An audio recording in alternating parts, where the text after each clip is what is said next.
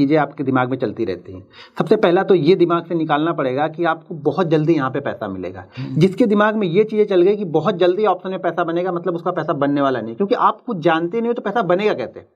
दूसरी चीज़ आपको फोकस करना पड़ेगा। देखिए, जो भी आपकी कैपिटल है, कैपिटल जो भी आपने डिसाइड किया है कैपिटल, मेरे ख्याल से अगर आप ऑप्शन बाइंग में आना चाहते हो तो कम से कम आपके पास 1 लाख की कैपिटल होनी चाहिए। वो भी 1 लाख की वो कैपिटल होनी चाहिए जो बाकी ये कैपिटल अगर जीरो भी है तो आपको फर्क ना पड़े लाइफ में। मेरे कहने का मतलब ये है कि अगर आपके पास सेविंग मान लो 1 लाख रुपए है, एक एग्जांपल दे रहा हूं, अब उसके हिसाब से आप डिसाइड करना कितना पैसा यहाँ पे चाहिए। अगर आपके पास सेविंग 1 लाख रुपए है तो सिर्फ और सिर्फ आप ऑप्शन में 10,000 रुपए लेके आ सकते हो, और 10,000 रुपए लेके अगर आप ऑप्शन बाइंग करोगे आप सक्सेसफुल नहीं होगे यहाँ पे।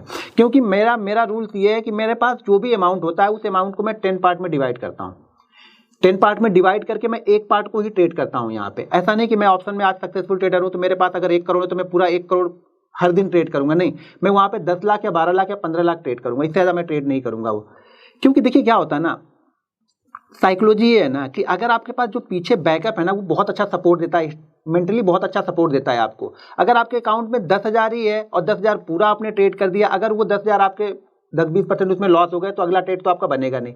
अब उस ट्रेड से वो 20% रिकवर करना मुश्किल है। लेकिन मेरे पास क्या है, 1 लाख रुपए है, मैं 10,000 से ट्रेड किया, इस 10,000 में से 2,000 लॉस हो गए, अगला मैं 2,000 जो मेरे ट्रेडिंग अकाउंट में पड़े वापस मैं 10,000 से ट्रेड करूंगा, तो इसको रिकवर करना आसान है। लेकिन कम हो जाएगा, अगर 8,000 से आप 10,000 बनाओगे तो नहीं बनेगा, लेकिन 10,000 से शायद 2,000 आपका आसानी से बन जाएगा, लेकिन 8,000 से 2,000 बनाने के लिए प्रॉब्लम होगी आपको। तो ये चीज़ हमेशा ध्यान रखो कि कैपिटल को 10 पार्ट में डिवाइड कर लो। अगर आपने 10 पार्ट में कैपिटल डिवाइड नहीं किया, आप भूल जाना कि आप ऑप्शन बायर बनना है, आपको ऑप्शन बायर बन ही नहीं सकते। लोग बोलते हैं कि ऑप्शन सेलर ज़्यादा सक्सेसफुल होता है, वो क्यों सक्सेसफुल होता है कि उसका रिस्क मैनेजमेंट ऑटोमेटिक हो जाता है, वो NSE मैनेज करके देता है उसको। क्योंकि हम एक लॉट बाइंग करने के लिए हमें प्रीमियम देना है, लेकिन उन्हें एक लॉट बाइंग करने के लिए 65-70 हज़ार शायद जो भी लगते हैं, मैंने कभी किया नहीं, 65-70 हज़ार रुपए लगेंगे। 65-70 हज़ार में कितनी क्वांटिटी लेगा वो? 25 क्वांटिटी लेगा। हम 65-70 हज़ार में कितनी क्वांटिटी ले सकते हैं? शायद 1000 क्वांटिटी भी ले सकते हैं, 2000 भी मिल जाएगा हमें एक्सपायरी के दिन में। तो उनका रिस्क मैनेजमेंट ऑटोमेटिक होता है, और वो 65,000 लगा के ना वो प्रीमियम खा रहे थे।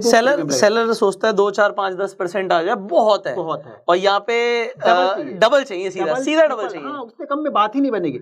मैं बोलता हूँ सर 10 को डबल करा दो हमारा पैसा। हाँ, अगर आप ना, जैसे सेलर सोचता है ना कि मुझे 5% 10% चाहिए ना, जिस दिन आपने ये सोचना स्टार्ट कर दिया कि मुझे 5% से 10% चाहिए ना, पैसा बनने लग, और 10% की जगह 20 भी बनेगा और 20 का 50 भी बनेगा उसी दिन। लेकिन पहले आपको सोचना कम पड़ेगा। पहले आपने टारगेट 100 का रखा है तो आपको 50% अच्छा नहीं लगेगा, एक दिमाग में बैठ गया ना कि 100 ही चाहिए मुझे, यार 50% लेके क्या करूंगा, इससे अच्छा जीरो हो जाए, तो फिर मार्केट उसको जीरो ही कर देता है, बोलता है ठीक है जीरो ही कर देते हो।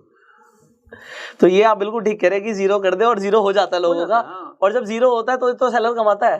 हाँ, वही बात है ना। अब हम आयरन कॉन्डोर्स करते हैं, हाँ, हम तो चाहते हैं जीरो